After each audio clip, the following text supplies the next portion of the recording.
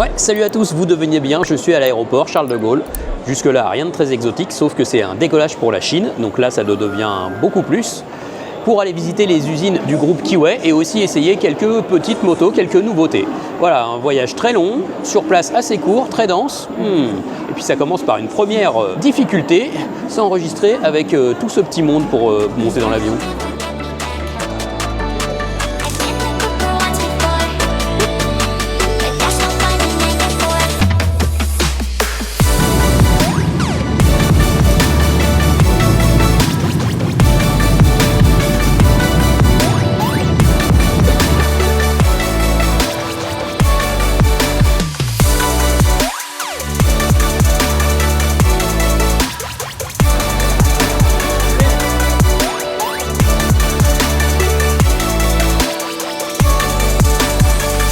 Voilà, nous sommes arrivés au sein de l'usine Morbidelli qui se trouve donc à Changshu, une ville du centre de la Chine. Morbidelli qui fait partie du groupe Kiway, immense groupe chinois. Et nous allons donc découvrir l'assemblage de ces nouvelles motos, également assister à un show avec un mot du président du groupe Kiway.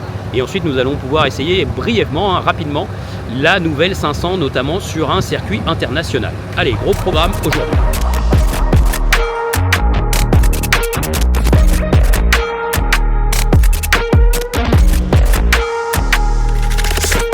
Dès l'entrée dans la toute nouvelle usine Kiway Morbidelli, nous pouvons constater l'espace conséquent de cet outil d'assemblage flambant neuf. Et si on parle bien d'une usine d'assemblage, c'est tout simplement parce que la pièce principale de la moto, à savoir le moteur, arrive directement d'une autre usine partenaire et déjà entièrement montée. Bon, c'est un peu plug and play l'histoire. La chaîne d'assemblage dispose de socles motorisés, vous voyez là, qui font avancer la moto au gré des différentes étapes du montage.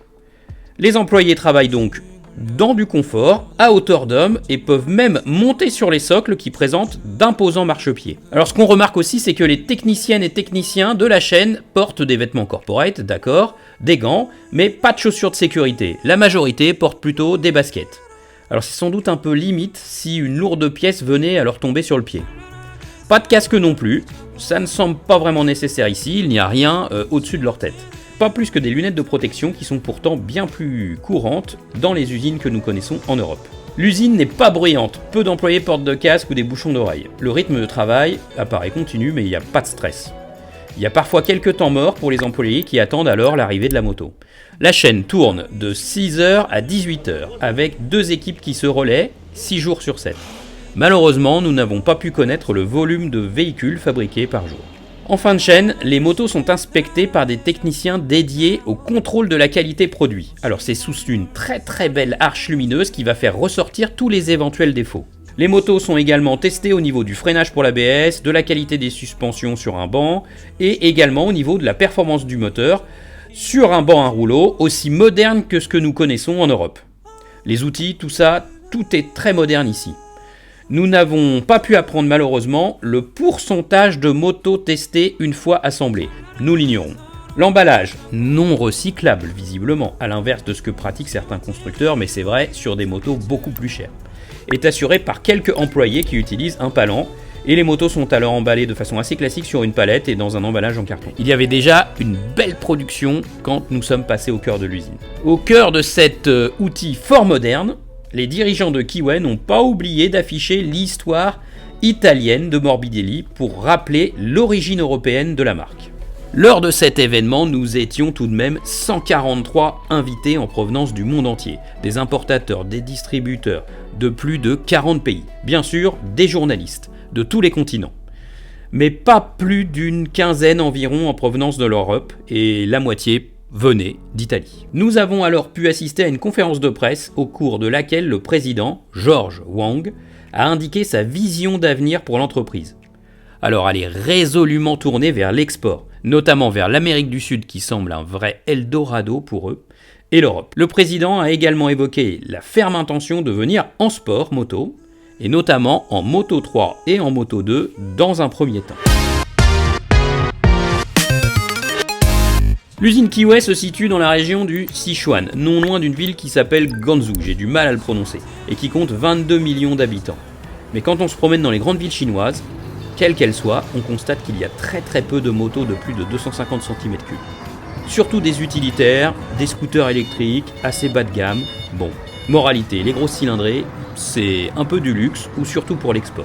En Chine, les utilisateurs de 2 roues se déplacent surtout sans casque, à 2, à 3, à 4 sur les véhicules, sans aucune agressivité, et il n'est pas rare de voir les scooters, les petites motos et même les vélos emprunter les passages piétons, sans que cela ne semble créer beaucoup d'accidents.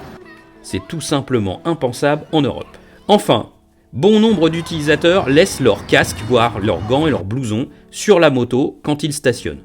Tout simplement parce que le vol, là-bas, en Chine, n'existe pas. La raison à cela, la répression réellement dissuasive.